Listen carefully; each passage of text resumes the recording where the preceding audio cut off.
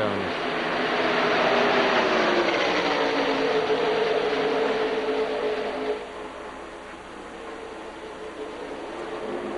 Who's that? Two? That's Wallace.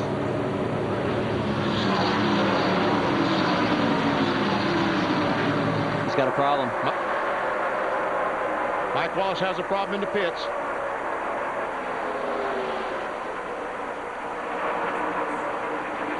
Mike Wallace, our race leader, has a problem. He is slow in turn number 3, heading towards pit lane. And Benny, it was all of a sudden. Let's take a look. On his own, with his on board, going down in turn 1.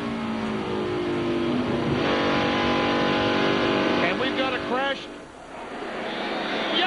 Oh, man. This is a live shot. Randy Renfrow almost goes over as he nails Bobby Hamilton.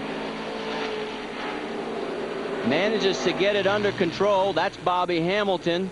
This all happened right down towards pit out. Now Hamilton's going the wrong way on pit road, trying to get to pit road as he and Mike Wallace about to run into each other on pit road. Mike Wallace missed the wreck. There you see him pulling into his pit stall. Hamilton. Amy? Well, Mike had radioed in that he thought he had a tire going down on the right side. I didn't get the specifications if it was front or rear. Nevertheless, you don't want a tire going down. Mike changes right sides and he's back out. And the worst part about it, look at the debris that he has to drive through as he exits pit road. He'd been much better to have been on the racetrack, but he had to change the tire. Look at the debris that he had to drive through and maybe puncture another tire. Yes, Benny, the last thing in the world he'd want to do is puncture another tire, but at least now if he does, it'll be under caution. He can come back in. I don't believe he lost a lap through all that either, did he? No, he did not. He stayed on the lead lap. Bobby Hamilton is heading straight for the garage area. So a tough break for Bobby and also for his partner, Joe Ruttman. And look at the debris. I think Randy... Yeah, there's what I'm talking about, all the debris that's there. Now, a lot of that is mud and dirt and grass, but there are also some pieces of metal involved in it, and it's hard to pick out the metal from the mud. There we see some pieces of metal. You can see the big chunk, but you're right. There's a lot of fragments down there that can, and it doesn't take much. Let's go back, take another look what happened. Oh, we see the Kurt Busch get turned around when Bobby Hamilton backed off. Joe Ruttman ran in the back of him. Now watch this. These trucks almost get by, but Randy Renfrow just gets clipped. That's Randy Tolsma and also Marty Houston wrapped up in that. Don't know how much damage they had on their trucks. Let's go on board with Bobby Hamilton. We're going to see Kurt Busch get turned sideways. And here's Hamilton. Watch Renfrow. How about right here? Oh, man. Kurt Busch in his first NASCAR Craftsman Truck Series race barely made it through and made a nice save. He's still on the race course. Oh, wow. I thought Renfrow was going in for in down the front stretch. That truck came very close to going over, Benny. But one thing that is promising with all the spinning, that truck got up in the air from contact, but they are staying on the ground. And that was something that everybody wondered about aerodynamically when they started to spin around. Would the truck stay on the ground? And with all the spins that we've seen, they have. Damage on the right front corner of Marty Houston's Spear Chevrolet. He's heading toward pit lane. The pits are still closed to all the other competitors on the racetrack. Stay with us. When we come back, we're under our third caution of the day.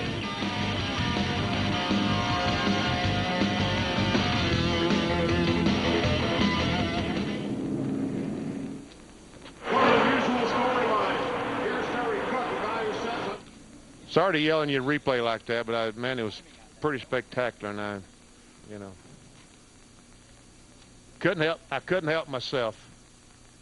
Why did Busch spin? Did he just jerk the car and spun? Did Biffle get in the back? It looked like Biffle had a run and tapped him a little bit. Yeah. Kid made a good save. He did. He held on to it well. Lost some good trucks. Hey, Jill? Yeah. Do we have Kurt's practice crash? I mean, he's had an eventful weekend so far. Do we have Kurt Busch's practice crash? He's had an eventful weekend. Mike Wallace has to be a lap down. Mike Wallace has to be a lap down. saying No, not? sir. He's on the tail end of the lead Crash lap. was behind him, Benny. Crash was behind him. He got in, got out. The crash was, he was sitting on pit road when they crashed. They were the leaders. Kurt Busch was running third when he wrecked, and Wallace was sitting on pit road. But the yellow came out. They must have. They're listening to him. Right. All I can figure is that Busch and those trucks slowed down, and Wallace took off and passed them before the pace car picked him up or something.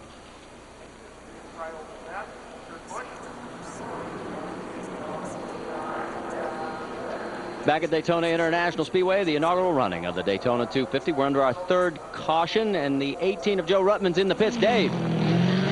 Marty, he just left, and this was after about 2 minutes in the pits. They put tape all over the front end, and that is going to be the only time that you're going to see tape on the front end of a truck here this weekend. NASCAR doesn't let them put any tape on there because of the 150-inch rule. Amy.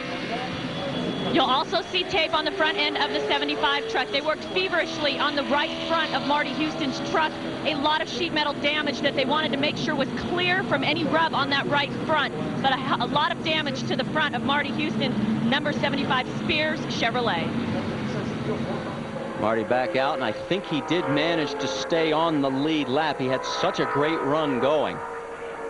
And they got tangled up, and there you see Joe Ruttman and the damage on the front of his Dana Dodge. Whoa, that's a big hole up there. Yeah, he's going to need to be running behind other trucks to keep that thing competitive.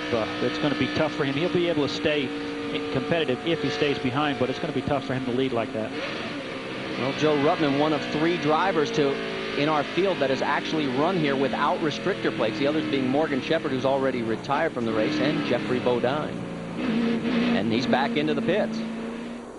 Now there is Kurt Busch, and he made a nice recovery. And this young lad in his rookie season, the Southwest Tour champion last year, he has had a very eventful week. And let's go back to first practice, BP. He got in somebody else's oil. Yes, the 86 Mike Cope had an engine problem going down in turn 1, and Kurt Busch turns through it, and he gets in the oil and spins, and man, that thing snaps around and right in the wall. So that is the truck that he's using today, is their Homestead truck for next week. And he about wrecked it a moment ago. And he had a tough time in qualifying, blew the motor, took a provisional, so he started in the back of the field and made the nice recovery after getting a slight tap, we think, from behind that sent him down into the grass infield area here at Daytona International Speedway. And right now, the number 99 shown in 3rd position, right behind his Killer Bee teammate, Greg Biffle. He was running 2nd or 3rd when all this crashing started, so he didn't lose too much going down through the grass, did he, Ray? No, he's doing a great job. You know, as a rookie, they make him drive in oil. Now they're making him drive on the grass, and he's keeping that truck up front. All these trucks decided to pit now. Pits are open. Terry Cook, the race leader, will bring it in. We've had a total of 7 different leaders, 14 lead changes. 55 miles an hour is the pit lane speed. I know it looks a lot slower when you're looking at home on screen. Remember, under caution, you can only change 2 tires. Dave, you're with Randy Tolsma. Marty, Tolsma got into Randy Renfrow, or actually Bobby Hamilton, nowhere to go. Damage to the left side.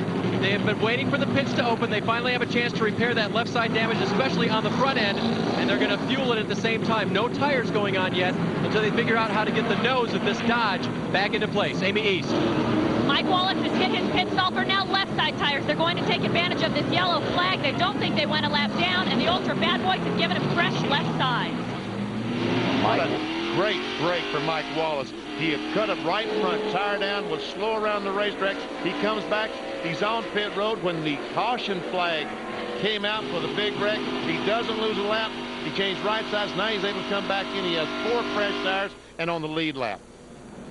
There you can see Randy Tolles with SuperGuard Dodge. They're going to take it behind the wall. That front nose damage is a lot more serious, and they're going to have to do some work. They need about 3 rolls of tape on that nose to try to hold it together because they have broken the front piece, the nose piece, away from the fenders. Well, while we're under our 3rd caution of the day, we'll pause for another commercial break here at Daytona International Speedway. Stay with us. Back right after this.